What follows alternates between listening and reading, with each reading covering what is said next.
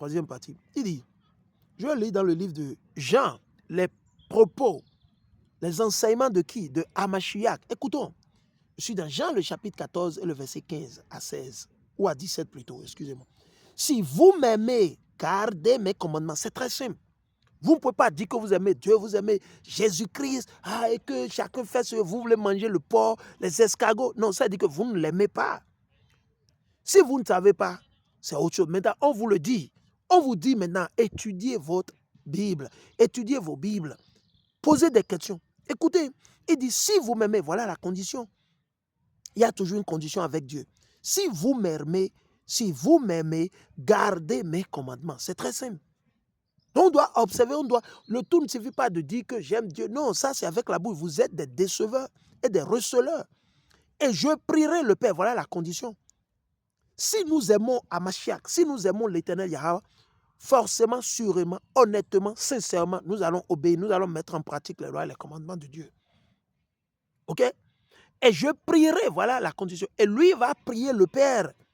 Et il vous donnera un autre consolateur. C'est qui le consolateur ici? L'Esprit Saint, ce n'est pas Mohamed. Les Arabes vous ont déçus en vous faisant croire que Mohamed est le consolateur. Comment? Mohamed, lui, il est mort. Il est mort, il a été enterré. Il n'est pas ressuscité le troisième jour. Mohamed est ressuscité le troisième jour. Est-ce que vous avez vu un autre prophète, à part Hamashiach, ressuscité le troisième jour? Mohamed n'est pas ressuscité le troisième jour. Qui vous a dit? Il n'est pas ressuscité. Donc arrêtez de vous leurrer, de vous tromper et de croire en ces trucs-là. Les Arabes ne vous aiment pas. Je vous l'ai dit. Les Arabes, ils vous utilisent pour des business. Ils sont vos ennemis, ils le savent. C'est vous seulement, vous ne savez pas, vous êtes naïfs. Continuez dans votre islam, vous allez périr et mourir. Je dis, vous allez périr et mourir. Ceux qui sont les élus, Dieu va les réveiller. Ceux-là que Dieu connaît, il connaît leur cœur. Dieu sait vraiment que ceux-là, ils sont humbles, ils veulent vraiment adorer Dieu. Ils cherchent réellement la vérité. Ils ne veulent pas suivre parce que il faut suivre parce que leur papa était musulman, leur grand-père était musulman. Non. Alors là, il faudra aussi maintenant que les Arabes, là, les faux blancs, qu'ils viennent adorer notre Dieu aussi. Ils n'ont qu'à venir adorer notre Dieu. Ok? Trop, c'est trop. Nous, on a déjà adoré leur Dieu pendant des décennies, pendant plus de 500 ans, 1000 ans. Ça suffit maintenant. Eux-mêmes, maintenant, c'est leur tour. Ils n'ont qu'à venir adorer notre Dieu.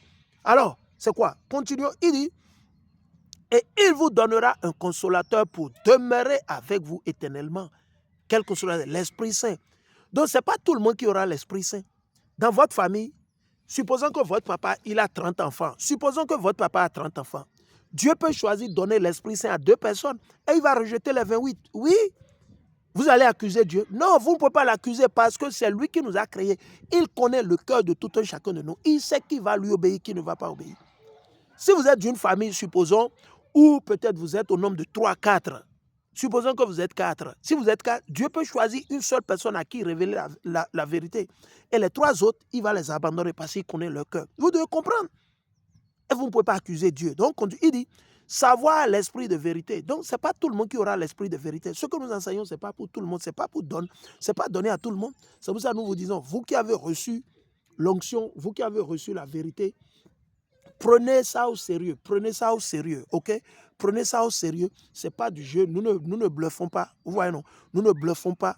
C'est sérieux, ce que nous sommes. Il dit, savoir l'esprit de vérité, lequel le monde ne peut point recevoir. Donc, le monde ne peut pas accepter la vérité. Ce que nous enseignons, ce n'est pas pour le monde entier. C'est seulement pour un rescapé. C'est juste pour un petit groupe, un groupe minuscule. C'est juste pour un petit, très, très restreint groupe. C'est pour ça que Hamashiach a dit quoi? Beaucoup sont appelés, mais peu seront élus, peu seront sauvés. Peu seront sauvés. Vous devez comprendre. On ne force personne à adorer Dieu. Si vous voulez adorer Satan, adorez Satan. Ok? Ok, vous allez périr un jour. Ok? Ça n'engage que vous. Vous êtes libre. On ne force personne. Nous, ce n'est pas comme les pasteurs. C'est pas comme les pasteurs. C'est pas comme les pasteurs. C'est pas comme vous. Non, non, non, non, non. Nous ne sommes pas là pour ça. Moi, je ne suis pas pasteur. Je ne suis pas prophète. Je vais vous dire, verbum, ce que l'Éternel a dit. Ce qui est écrit dans la Bible. On continue, il dit, savoir l'esprit de vérité, lequel le monde ne peut point recevoir. Donc, imaginez, Hamashiach lui-même nous dit de sa propre bouche que le monde ne peut pas accepter l'Esprit Saint, la vérité. Ok, si le monde ne peut pas accepter, pourquoi vous perdez votre temps? Donc nous, on enseigne, on édifie seulement les élus. Ceux-là que Dieu il a élus, il a choisi, il a appelé, pas plus ni moins. On ne force. Moi, je ne peux pas forcer ma maman à adorer Dieu. Ma maman, elle est libre d'adorer qui elle veut. Si ma maman veut adorer Satan, ça n'engage que ma maman. Si mon papa veut adorer Satan, ça n'engage que mon papa.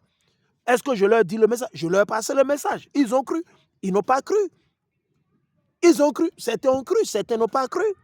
C'est très simple. Certains pensent qu'ils sont kémites, ils sont égyptologistes. Certains veulent continuer dans le christianisme. Certains veulent continuer dans l'islam. Et bon, ils sont libres. Mais au jour J, Dieu ne peut jamais me réclamer leur sang parce que mes enseignements sont là.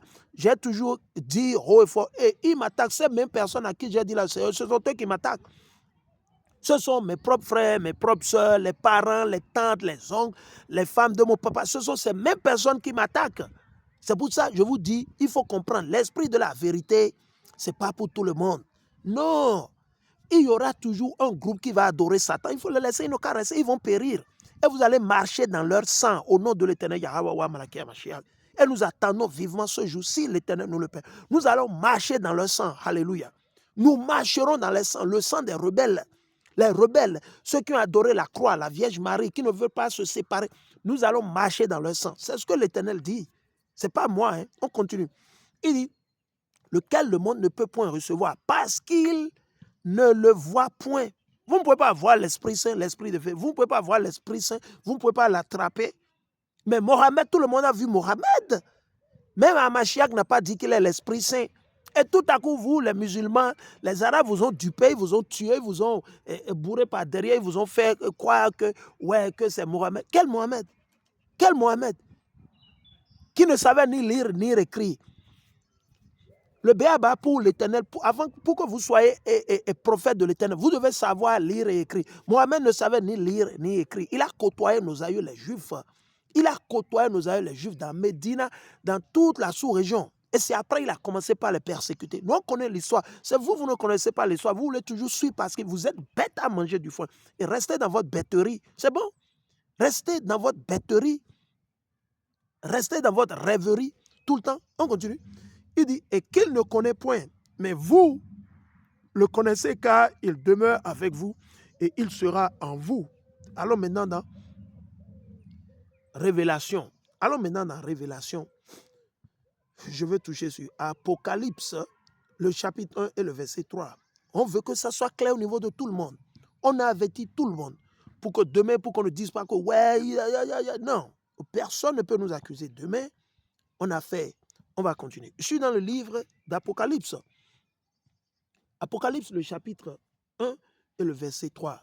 Apocalypse 1, 3. OK? Et je lis. Il dit, bienheureux est celui qui lit. Donc vous devez lire, vous devez étudier la Bible. Bienheureux est celui ou celle qui lit et ceux qui écoutent les paroles de cette prophétie et qui gardent. Vous devez garder. Garder, je dis, vous mettez en pratique. Vous vivez selon ce qui est écrit dans le Torah, dans la Bible.